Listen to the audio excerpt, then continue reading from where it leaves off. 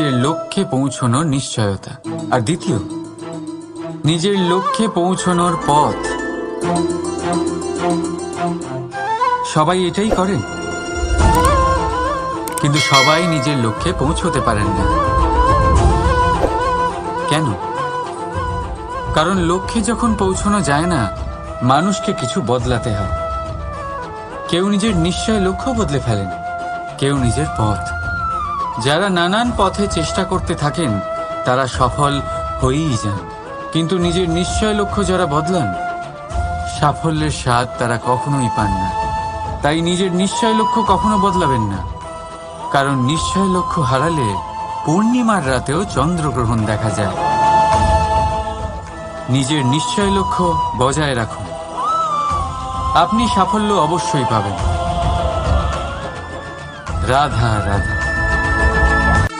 সংসারে আপনি এমন অনেকজন পাবেন যারা আপনাকে বলবেন যে আপনার কি করা উচিত, কিন্তু তার থেকেও বেশি গুরুত্বপূর্ণ বিষয় হলো আপনার কি করা উচিত নয়। আজ আমি আপনাকে এমন 3টি বিষয় বলবো যা নিজের জীবনে আপনার করা উচিত নয়। প্রথম কথা, আনন্দে কখনো কথা দিতে নেই। আনন্দ আপনার যুক্তি হরণ করে, আর তারপর আনন্দে দেওয়া এই কথা পরবর্তীকালে গলার ফাঁস হয়ে যায়। দ্বিতীয় কথা, কখনো ক্রুদ্ধ হয়ে উত্তর দেবেন না। ক্রোধ আপনার বিবেককে লুপ্ত করে, ভবিষ্যৎ দৃষ্টিকে অন্ধ করে। কিছু মুহূর্তের জন্য জন্ম নেওয়া এই ক্রোধ আর ক্রোধজাত উত্তর ভবিষ্যতে সারা জীবন এক প্রশ্ন হয়ে দাঁড়ায়। আর তৃতীয়ত, কখনো দুঃখে সিদ্ধান্ত নেবেন না। দুঃখ আপনার ভাবনা চিন্তা করার ক্ষমতা সীমিত করে দেয়, আর দুঃখী মনে নেওয়া সিদ্ধান্ত সব সময় দুঃখই দেয়। সত্যি কথা বলতে কি, বচন, উত্তর আর সিদ্ধান্ত সব সময় জীবনে ভেবেচিন্তে নেওয়া আর দেওয়া উচিত। ভেবেচিন্তে যদি কাজ করেন, এই সংসারে কখনো কোনো সমস্যার সম্মুখীন হতে হবে না। রাধা রাধা। কখন যা পাওয়া অসম্ভব, ভেবে দেখুন। উত্তর হলো স্বয়ং নিজের ভুল, স্বয়ং নিজের দোষ, যা কেউ কখনো পায় না। আর কেউ যদি তা পেয়েও যায়, সেই ব্যক্তি নিজের ভুল কখনোই স্বীকার করতে চায় না। কিন্তু যে ব্যক্তি নিজের ভুল স্বীকার করে, নিজের দোষ স্বীকার করে, সংসারে কোনো কিছুই পাওয়ার জন্য তার সামনে কোনো বাধাই থাকে না। তাই আত্মবিশ্বাস অবশ্যই রাখুন। চেষ্টা করুন যেন আপনার দ্বারা কোনো ভুল না হয়, কিন্তু আত্মমন্থন করুন। আর যদি আপনার কোনো ভুল হয়েও যায়, তাহলে তা স্বীকার করুন, তা শুধরে নেওয়ার চেষ্টা করুন। আপনার জীবন পরম আনন্দে ভরে যাবে। রাধা রাধা। নিজের মহলের সবচেয়ে উচ্চতায় দাঁড়ানো এক ব্যক্তি, তারও মনে একটা ভয় থাকে। ভয়, সেই মহলের ভিত নড়ে যাওয়ার ভয়, নিজের পতনের ভয়। আর সেই কারণেই সেই উচ্চতার সম্পূর্ণ আনন্দ সে উপভোগ করতে পারে না। কিন্তু আপনি কি কখনো কোনো গাছের ডালে বসে থাকা কোনো পাখিকে দেখেছেন? সেই ডাল ভেঙে গেলেও তার পড়ে যাওয়ার ভয় থাকে না। কেন? কারণ তার নিজের ডানার ওপর বিশ্বাস আছে। ঠিক সেইভাবেই আমাদের মধ্যে বেশিরভাগ মানুষ কোনো না কোনো সাহায্য নিয়ে উচ্চতায় পৌঁছেছেন, কারোর সাহায্য নিয়ে সাফল্য অর্জন করেছেন। কিন্তু সাফল্যের আনন্দ শুধু তারাই অনুভব করতে পারেন যাদের মনে পড়ে যাওয়ার ভয় নেই।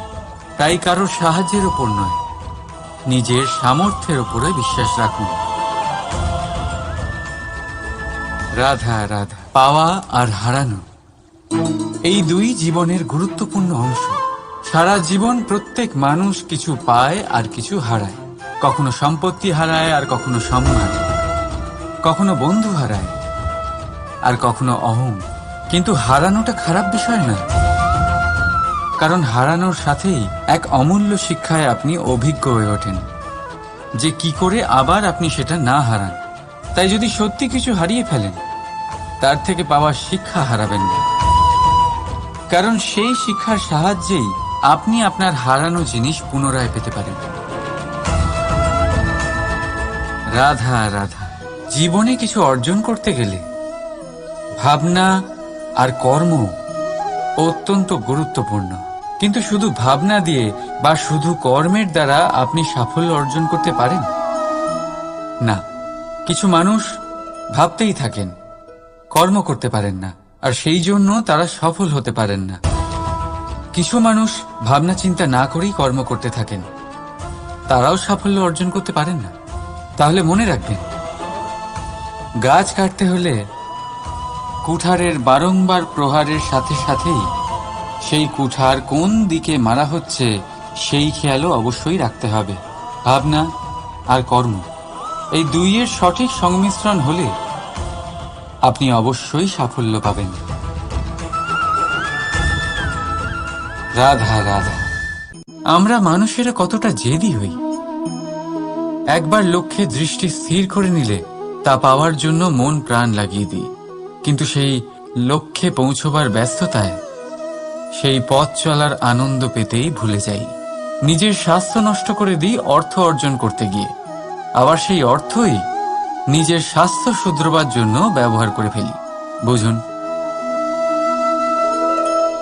দেখুন, ইচ্ছে খারাপ নয়,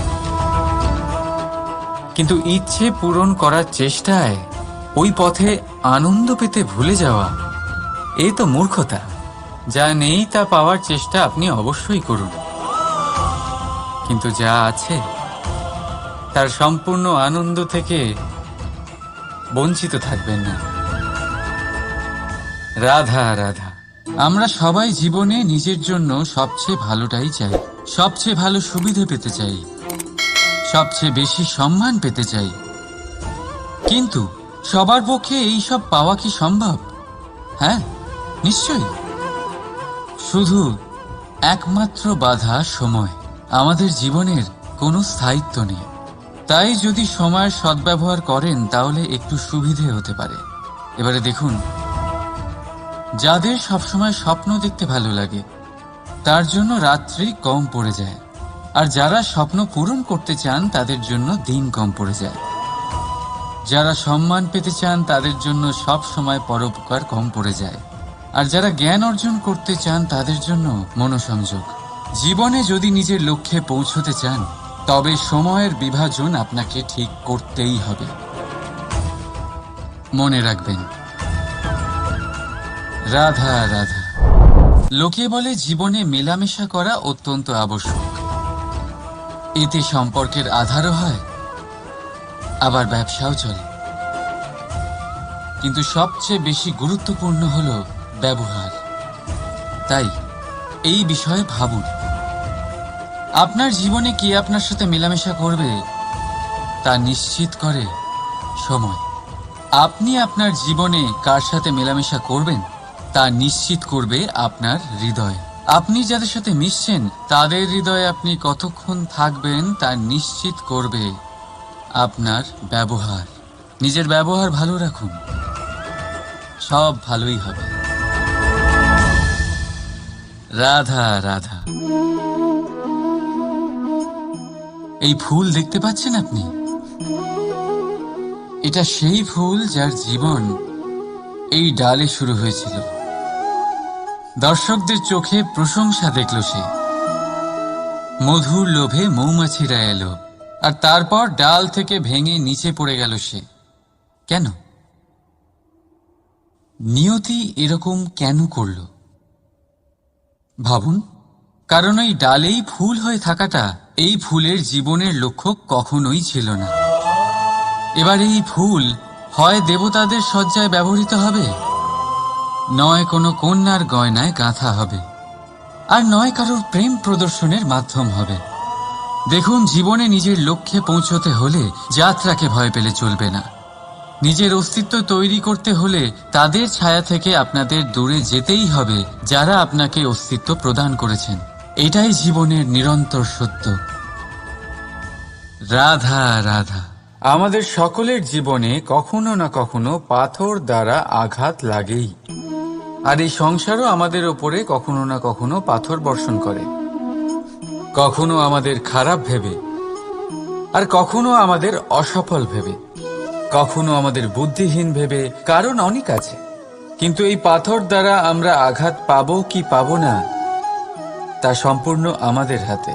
হয় আপনি এই পাথরের আঘাত পেয়ে চোখের জলে ডুবে থাকতে পারেন, আর নয়তো যদি আপনি চান তাহলে এই পাথর দিয়ে সেতু বানিয়ে সকল সমস্যার সাগর অতিক্রম করতে পারেন। সিদ্ধান্ত আপনার।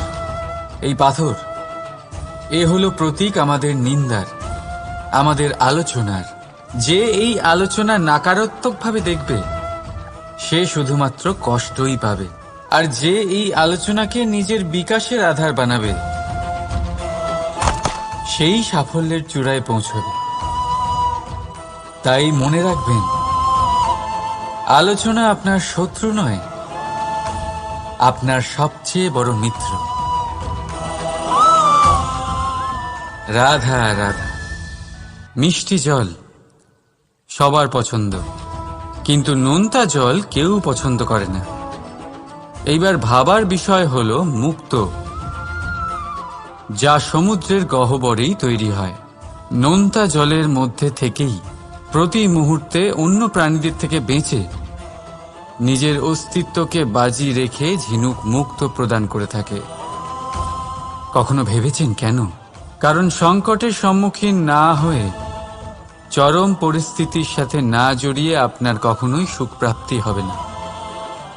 তাই নির্ভীক হয়ে সংকটের সম্মুখীন হন, আর আমার সাথে ভালোবেসে বলুন, রাধা রাধা।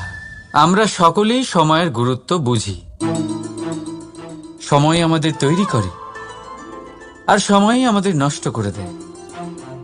কখনো ভালো সময় আসে, আর কখনো ভীষণ খারাপ সময় আসে। তবে আশ্চর্যের বিষয় এটাই যে সব জেনেও আমরা সময় নষ্ট করি। মনে রাখবেন, সময় শুধু বয়ে যায়, কখনো ফিরে আসে না। তাই ভালো সময় আসার অপেক্ষায় সময় নষ্ট করবেন না। যাই করবেন আজ, এক্ষুনি, এই মুহূর্তে শুরু করুন। তা সেটা কাউকে আনন্দ দেওয়াই হোক, বা নিজেকে বদলানোর চেষ্টা করা হোক, যাই হোক না কেন, বিলম্ব করবেন না। কারণ সময় শুধুমাত্র তাকেই সঙ্গ দেয় যে সর্বদা সময়কে সম্মান করে। রাধা রাধা। কথায় আছে, সবকিছুর সীমা থাকে। মুশকিলের, কষ্টের, সংকটের, অন্ধকারের। যার কোনো সীমা নেই তা হলো কেবলমাত্র কঠোর পরিশ্রমের। আপনি নিশ্চয়ই দেখেছেন, রাত্রি যতই অন্ধকারময় হোক, তারারা পরিশ্রম করে তার সাথে লড়তে থাকে, আর অবশেষে সকাল হয়েই যায়। ঝড়ে পাখিদের বাসা ছিন্ন বিচ্ছিন্ন হয়ে যায়, কিন্তু পাখিরা নিজের পরিশ্রম দ্বারা তা আবার বানিয়ে নেয়। কারণ যা সীমিত তাকে অসীমের কাছে হারতে হয়, আর পরিশ্রম অসীম। রাধা রাধা। প্রবাহিত নদী কত সুন্দর হয়, বলিষ্ঠ হয়। যেদিক দিয়ে বয়ে যায় সেখানে এক নতুন জীবন প্রদান করে, ধরণীকে উর্বর করে, আকাল দূরে রাখে। আর হয়তো এই জন্যই নদীকে মায়ের মতো পুজো করা হয়। কিন্তু আপনি কি কখনো ভেবে দেখেছেন যে নদীর জন্ম কি করে হয়? এ কি শুরু থেকেই এমন বিশাল আর খরস্রোতা হয়? না, বৃষ্টির ছোট ছোট ফোঁটা একসাথে সম্মিলিত হয়ে এক সূক্ষ্ম ধারা তৈরি করে, আর সেই ধারাগুলি পর্বতের বরফ কেটে তাদেরকে গলিয়ে জলপ্রপাত হয়ে ঝরে পড়ে পাথরের সাথে ধাক্কা খেয়ে তারপরেই সে নদী হয়ে ওঠে। ঠিক সেইভাবেই এত সহজে কেউ মহান হয়ে ওঠে না। ছোট ছোট চেষ্টা মিলে এক বিশাল ব্যক্তিত্ব তৈরি করে। তাই জীবনে সর্বদাই চেষ্টা করতে থাকুন। অস্তিত্ব নিজে থেকেই প্রকাশ পাবে। রাধা রাধা। কখনো কখনো আমরা নিজের মা বাবার ওপর কতটা রেগে যাই, মনে করি ওনাদের মন আমাদের দিকেই নেই। আমরা ভাবি ওনাদের কাছে আমাদের কোনো অস্তিত্বই নেই, আর তাই আমরা রেগে যাই। কিন্তু আপনি কি কখনো এমন অনুভব করেছেন যে আমাদের চোখ দিয়ে আমরা আমাদের নাক কখনো দেখতেই পাই না, কারণ তা চোখের ভীষণই কাছে থাকে, দুই চোখের মাঝখানে। কিন্তু যখন কেউ মুখে আঘাত করে, হাত সর্বপ্রথম নাককেই সুরক্ষিত করার চেষ্টা করে। মাতা পিতাও অনেকটা এরকমই হয়। আপনার ভালোর জন্য, আপনার সুরক্ষার জন্য তারা সবসময় তৈরি। তাই তাদের প্রেমকে কখনো সন্দেহ করবেন না। আবশ্যক নয় তাদের প্রেম আপনি সবসময় স্পষ্টভাবে দেখতে পাবেন, কারণ এই এক এমন প্রেম যা সর্বদাই আপনার সাথে ঢাল হয়ে আপনার রক্ষা করতে থাকবে। রাধা রাধা। বাবুল গাছ কত বিশাল আকার হয়, পিপুল গাছও বিশাল আকার হয়। কিন্তু আপনি কি কখনো ভেবে দেখেছেন যে কেন বাবুল গাছ কেটে তা ব্যবহার করা হয়, আর কেনই বা পিপুল গাছকে পুজো করা হয়? এই জন্যই, কারণ পিপুল গাছ তার নিচে বসে থাকা পথিককে ছায়া প্রদান করে, নিজের ডালে অসংখ্য পাখিদের আশ্রয় দিয়ে থাকে, কাউকে কাঁটা ফুটিয়ে দূরে সরায় না, বরং তাকে শীতল ছায়া দিয়ে তার ক্লান্তি দূর করে। এই সংসারে যদি আপনি সম্মান পেতে চান, তবে পিপুল গাছের মতোই হতে হবে। কিছু দিতে শিখুন, আনন্দ, সুখ, শীতলতা দান করতে শিখুন। আর কাঁটার মতন কাউকে কখনো কষ্ট দেবেন না। সম্মান স্বয়ং হেঁটে আপনার কাছে আসবে। আর মন প্রসন্ন হয়ে বলবে রাধা রাধা। আমরা সকলেই মনে করি যে আমাদের জীবনে কখনো কখনো কোনো না কোনো স্থানে প্রেম হয়েই থাকে। সেটা মাতা পিতার আর সন্তানের প্রেম হোক, জ্ঞানীর জ্ঞানের সাথে হোক, কোনো শিল্পীর নিজের শিল্পের সাথে হোক, ইত্যাদি ইত্যাদি। কিন্তু বাস্তবে এটা কি সত্যি প্রেম?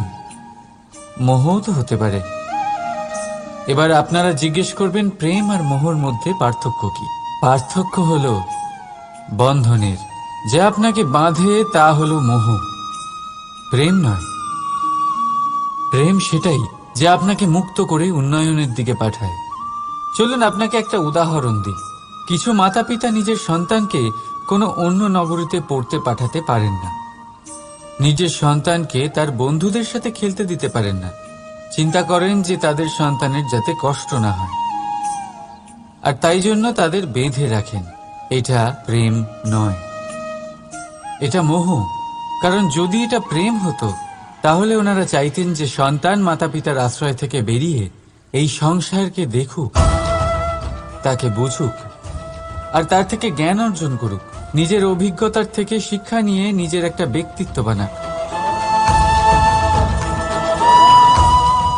মনে রাখবেন, মোহ থেকে ভয় জন্ম নেয়, আর প্রেম থেকে শুধুই আনন্দ। সেই কারণে বাঁধবেন না, মুক্ত করুন, কারণ এটাই প্রেম। রাধা রাধা।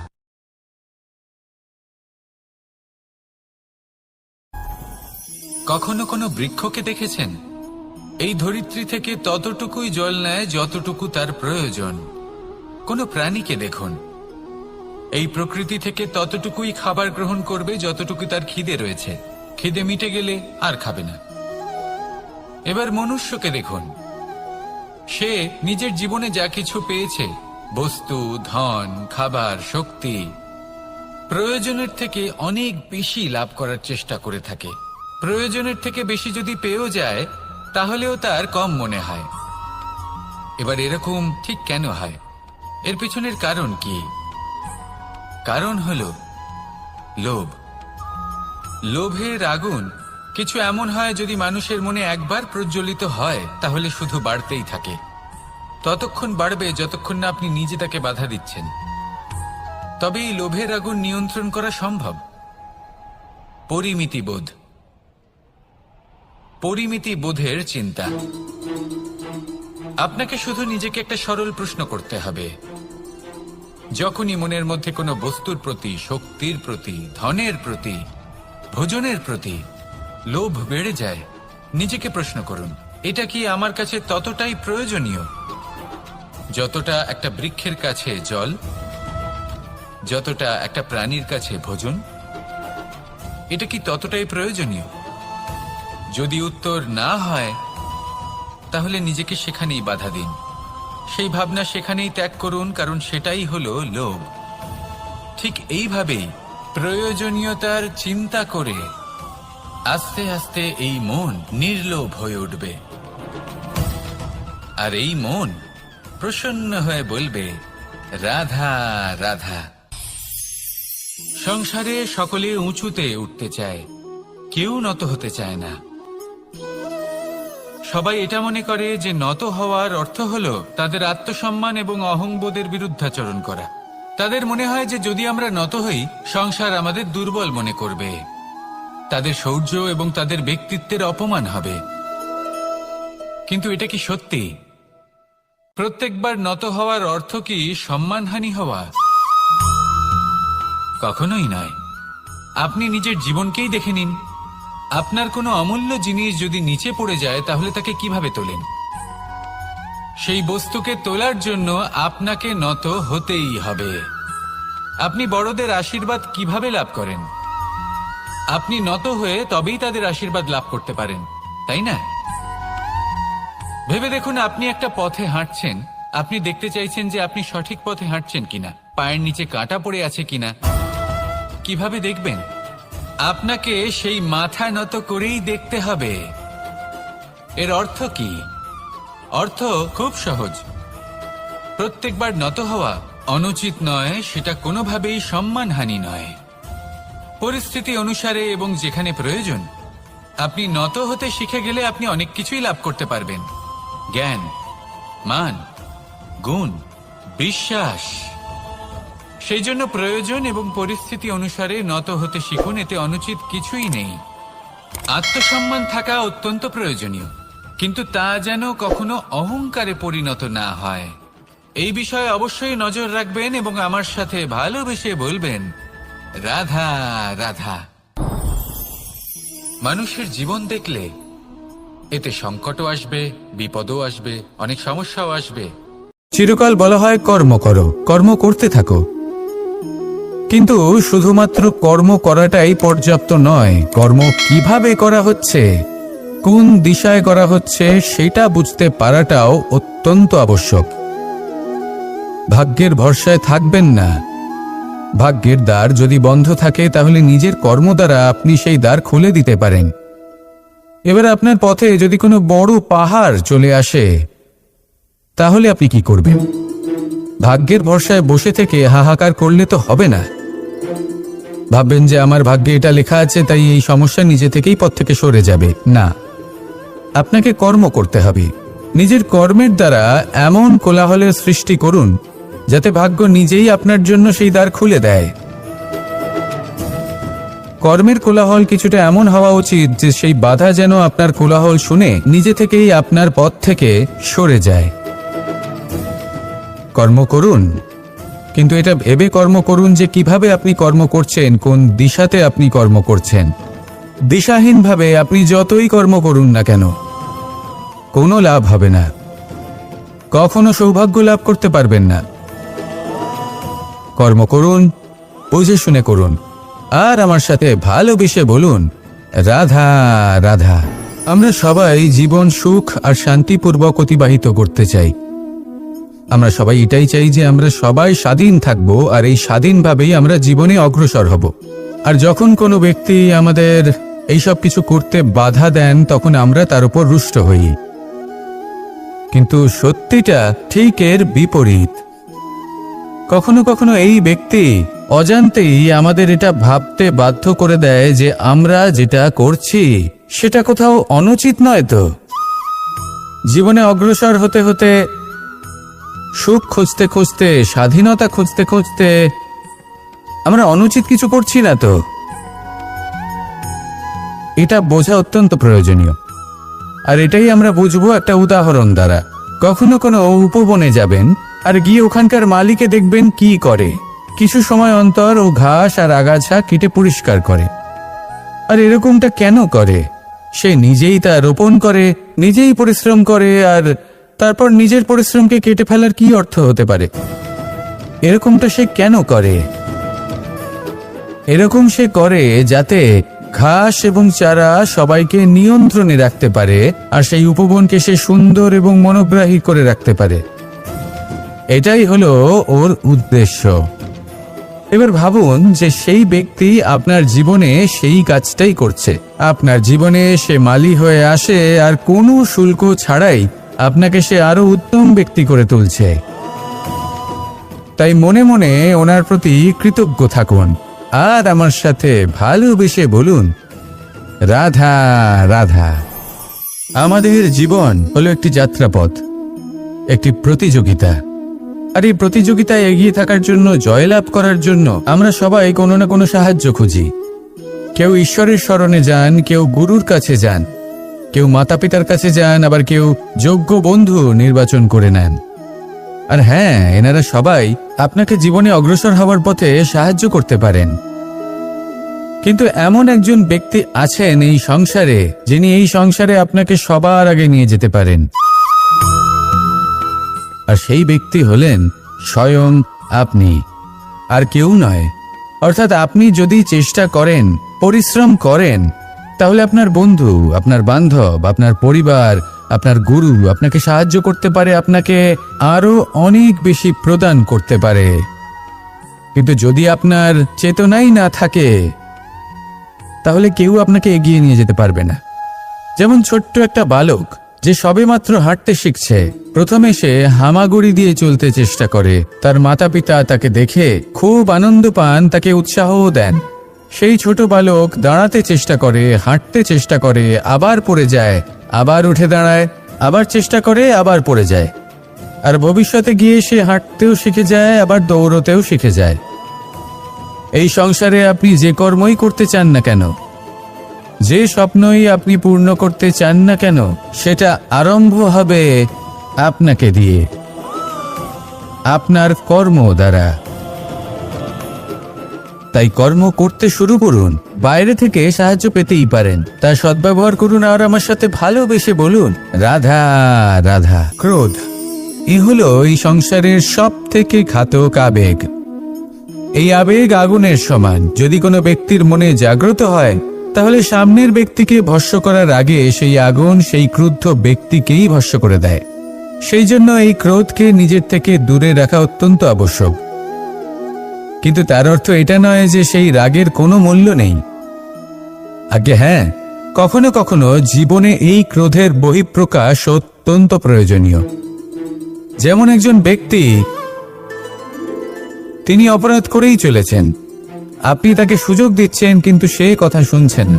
সে এই বিভ্রান্তি নিয়ে জীবন অতিবাহিত করছে যে সে যেটা করছে সেটাই হলো উচিত, আর এটাই ভেবে সে অধর্মের পথে অগ্রসর হচ্ছে। এমন একটা সময় ক্রোধের বহিঃপ্রকাশ অত্যন্ত প্রয়োজনীয়। যেমন শ্রীরাম ক্রুদ্ধ হয়েছিলেন, উনি অগ্নিবাণ সাধন করেছিলেন সাগরের প্রতি, কারণ সাগর নিজের অহংকারে মত্ত হয়ে কিছুতেই শ্রীরামকে লঙ্কা পর্যন্ত পৌঁছানোর পথ খুঁজে দিচ্ছিল না। যখন শ্রীরাম ক্রুদ্ধ হলেন, তখন সাগর ওনাকে পথ দেখালো। ক্রোধ প্রকাশ করুন, কিন্তু উচিত সময়, উচিত পরিস্থিতিতে, উচিত মাত্রাতে। আর কখনোই এই ক্রোধের আবেগ যেন আপনাকে নিয়ন্ত্রণ না করতে পারে। আসুন আমার সাথে ভালোবেসে বলুন, রাধা রাধা। প্রত্যেক মানুষ জীবনযাপন করেন, কিন্তু প্রত্যেক মানুষ বেঁচে থাকার রসদ জোগাড় করতে পারেন না।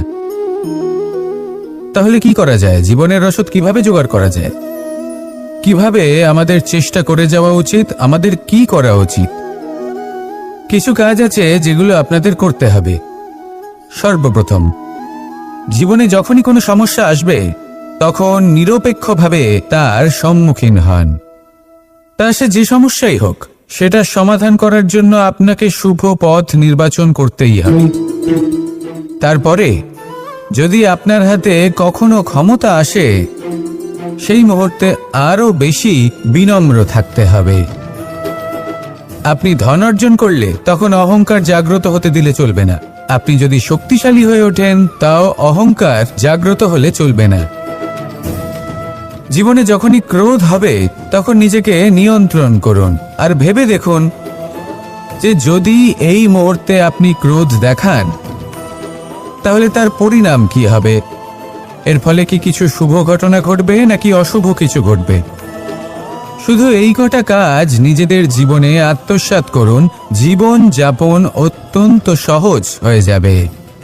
আসুন আমার সাথে ভালোবেসে বলুন, রাধা রাধা। এই সংসারে যদি আপনি শুভ কিছু অর্জন করতে চান তাহলে দুটি পথ আছে। প্রথম হলো ধর্ম আর দ্বিতীয় হলো কর্ম। কিছু ব্যক্তি এমন কথাও বলেন যে আমরা তো ধর্মের পথেই অগ্রসর ছিলাম, আমরা তো লক্ষ্যপ্রাপ্ত করতে পারলাম না, বরং আমাদের নিন্দা হলো। এবার এরকমটা ঠিক কেন হয়? এরকম এই কারণে হয় কারণ দেখতে গেলে ধর্ম সবসময় আমাদের এমন পথ দেখায় যেটা আমাদের একটা শুভ লক্ষ্য প্রাপ্তিতে সাহায্য করে, কিন্তু সেই লক্ষ্যে আমাদের পৌঁছতে হবে নিজেদের কর্ম দ্বারা। যদি আপনি ধর্মের পথে অগ্রসর হয়ে থাকেন তাহলে আপনাকে কর্মও করতে হবে। যদি ধর্মের পথে চলেন কিন্তু কর্ম না করেন তাহলে লক্ষ্য প্রাপ্তি হবে না। ঠিক সেইভাবেই যদি আপনি কর্ম করতে থাকেন কিন্তু ধর্মের পথে না চলেন তাও লক্ষ্য প্রাপ্তি হবে না। মনে রাখবেন যে ধর্ম এবং কর্ম হলো একটি মুদ্রার দুই পিঠের সমান। এদের নিজের জীবনে আত্মসাৎ করুন এবং অগ্রসর হন। এই সংসারের প্রত্যেক লক্ষ্য আপনার হবে। আসুন আমার সাথে ভালোবেসে বলুন, রাধা রাধা। আমরা সবাই জীবনে কামনা করি। কেউ ধন সম্পত্তির কামনা করি, কেউ ভালোবাসার, কেউ বন্ধুদের, কেউ নাম খ্যাতি আদি ইত্যাদি। এগুলো লাভ করার জন্য আমরা চেষ্টা করতে থাকি, পরিশ্রম করতে থাকি, কিছু সময় পরে অর্জনও করে ফেলি। কিন্তু সবকিছু অর্জন করার কিছু সময় পরে এরা রুষ্ট হয়ে যান, আমাদের থেকে দূরে চলে যান বা আমাদের থেকে কেড়ে নেওয়া হয়। এমনটা কেন হয়? এমনটা এই কারণে হয় কারণ মানুষের একটা দুর্বলতা আছে। কোনো কিছুই অর্জন করার পরে আস্তে আস্তে সে তার মূল্য, তার গুরুত্ব ভুলে যায়, তার জন্য চেষ্টা করা ছেড়ে দেয়। আর এটাই হলো সব থেকে বড় সমস্যা। ঠিক যেমন কোনো ব্যক্তি যিনি ধন অর্জন করতে চান তার জন্য কঠিন পরিশ্রম করেন, হয়তো ধন অর্জন করেও ফেলেন, তারপর আস্তে আস্তে ওই ধনের মূল্য ভুলে যান, উচিতভাবে তা প্রয়োগ করেন না, আস্তে আস্তে তার ধন তার সঙ্গ ত্যাগ করে দেয়, সমস্ত পরিশ্রম ব্যর্থ হয়ে যায়। সেই জন্য মনে রাখবেন, এই সংসারে কিছু অর্জন করা অত্যন্ত কঠিন ব্যাপার, কিন্তু তার থেকেও বেশি কঠিন হলো সেটা নিজের সাথে ধরে রাখা।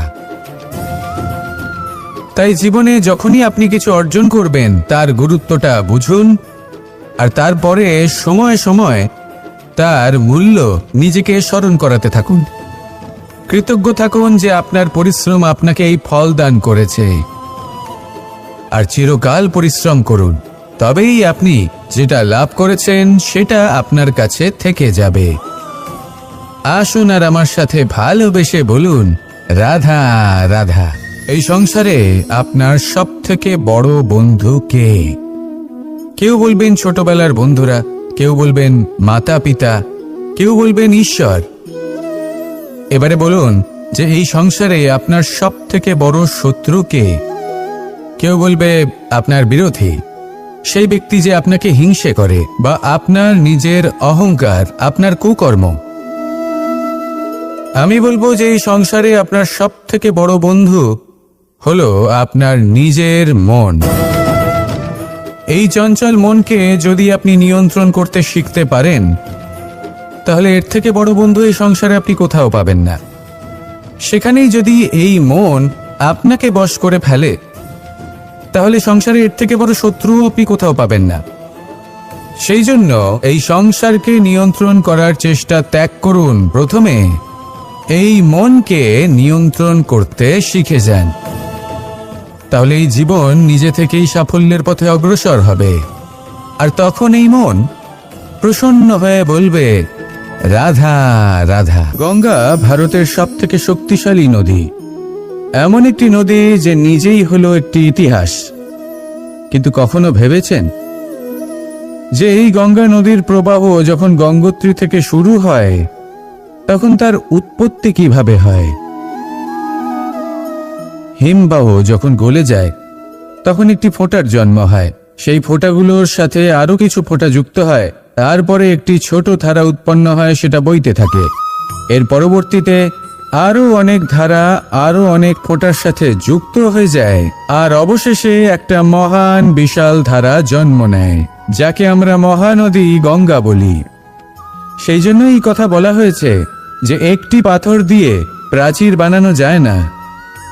মহানদী গঙ্গা আসলে কি, যদি ভালোভাবে ভেবে দেখেন, তবে এ হলো অগুন্তি জলের ফোঁটার মিশ্রণ, যেটা আরম্ভ হয় একটি ফোঁটা দ্বারা। একটি ফোঁটা যা এদের সকলকে নিজের অন্তরে সমাহিত করে নেয় এবং এমন একটি যাত্রা শুরু করে যা পরবর্তীতে মহানদী গঙ্গার রূপ ধারণ করে। এর থেকে আমরা কি শিক্ষা পাই? এটাই যে জীবনে শুধুমাত্র পরিশ্রম এবং সমস্যার সম্মুখীন হওয়াটাই পর্যাপ্ত নয়, সেটা তো সকলকেই করতে হয়। প্রয়োজন হলো সারল্য। সারল্য দ্বারা সবাইকে নিজের অন্তরে সমাহিত করে নিতে হবে, তাদের সাথে চলতে হবে, অনেককে এক করে তুলতে হবে। এই প্রবৃত্তি যদি আপনি নিজের অন্তরে জাগ্রত করেন, তাহলে আপনিও গঙ্গার মতো মহান হয়ে উঠবেন। আসুন আমার সাথে ভালোবেসে বলুন, রাধা রাধা। এই সংসারের দুটি সবথেকে শক্তিশালী শব্দ হল নীরবতা এবং প্রসন্নতা।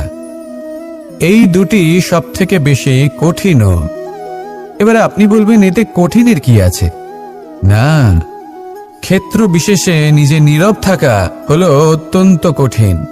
আর তার থেকেও বেশি কঠিন হলো বিকট পরিস্থিতিতে নিজেকে প্রসন্ন রাখা। কিন্তু যদি আপনি এটা শিখে যান, তাহলে এই নীরবতাই আপনাকে জীবনে অনেক বড় বড় সমস্যার হাত থেকে বাঁচাবে। এই প্রসন্নতা আপনাকে বিকটতর পরিস্থিতি থেকে বেরিয়ে আসতে শক্তি যোগাবে। তাই এই গুণ আত্মসাৎ করুন আর আমার সাথে ভালোবেসে বলুন, রাধা রাধা। মানুষ নিজের জীবনে সবকিছু লাভ করতে পারেন, সম্পত্তি, সাফল্য, সুখ, স্বাচ্ছন্দ্য, কিন্তু তারপরেও তার মনে একটি ভয় থেকে যায় যে কখনো যেন এমন কিছু না হয় যেটা ওকে এসে ভেঙে দেবে, তার অন্তর্মনকে ভেঙে দেবে, তার আত্মাকে ভেঙে দেবে। কিন্তু সত্যি কথা বলতে, কিছু ভাঙলেও তাতে ভয় পাওয়ার কোনো প্রয়োজন নেই। ভাঙার পরেই কিন্তু নতুন নির্মাণ হয়। এটাই তো প্রকৃতি আমাদের শেখায়। এই দেখুন না, যখন এই মেঘ বিভাজিত হয়, ভেঙে পড়ে, তবেই তো বর্ষা আসে, আর বর্ষার পরেই এই মাটির সিঞ্চন হয়। একটি বীজ সেটা ভাঙার পরে তবেই সেখান থেকে সে অঙ্কুরিত হয়। তাই ভেঙে পড়ার কথা শুনে ভেঙে পড়বেন না। তারপর যেসব নির্মাণ হতে চলেছে তার উপর মনোনিবেশ করুন। আর হ্যাঁ, যদি সংসারে এমন কিছু থাকে যা ভাঙবেন না, তাহলে সেটা হলো বিশ্বাস। জীবনে কখনো কারোর বিশ্বাস ভঙ্গ করবেন না। যখন ব্যক্তির বিশ্বাস ভঙ্গ হয়, তখন তার আত্মা আহত হয়। আসুন আমার সাথে ভালোবেসে বলুন, রাধা রাধা। এই ফুল কি সুন্দর হয়, তাই না? মন মোহিত করে দেবার মতো রং, সুগন্ধ, আর এতটাই কোমল হয় যে খুব সহজেই আপনি একে পিষে দিতে পারেন। এই ফুল আপনাকে কিছুই বলবে না, প্রতিবাদও করবে না, আপনাকে আঘাতও করবে না, আপনি কোনো চিৎকারও শুনতে পাবেন না। শুধু যাওয়ার সময় আপনার হাতে মধুর একটা সুবাস রেখে যাবে। কিন্তু এই কাজটা আপনি কাঁটার সাথে করতে পারবেন না। কাঁটা আপনাকে অত্যন্ত যন্ত্রণা দেবে, সেটা আপনিও জানেন। এবার এই ফুল আর কাঁটার মধ্যে যে পার্থক্য, সেটাই হলো পার্থক্য সজ্জন এবং দুর্জনদের মধ্যে। কখনো কখনো আমাদের জীবনে এমন কিছু ব্যক্তি আসেন যারা অত্যন্ত কোমল, তাদের আমরা দমন করে বসি। আর বেশিরভাগ সময় তারাই আমাদের সব থেকে বড় শুভাকাঙ্ক্ষী হন। তারা চাইলে বিরোধিতা করতেই পারেন, চাইলে আমাদের উপর প্রহার করতেই পারেন, কিন্তু তা করেন না। আর এই কথাটা আমরা তখন বুঝতে পারি যখন বাস্তবে আমাদের সামনে কোনো শত্রু, কোনো দুর্জন ব্যক্তি, কোনো কাঁটা বাধা হয়ে দাঁড়ায়। তাই জীবনে কোনো ব্যক্তি যদি নীরব থাকে, কোমল হয়, তাকে দমন করবেন না। হতে পারে সেই ব্যক্তি আপনার জীবনের সব থেকে বড় পুঁজি হয়ে ওঠেন। আসুন আমার সাথে ভালোবেসে বলুন, রাধা রাধা।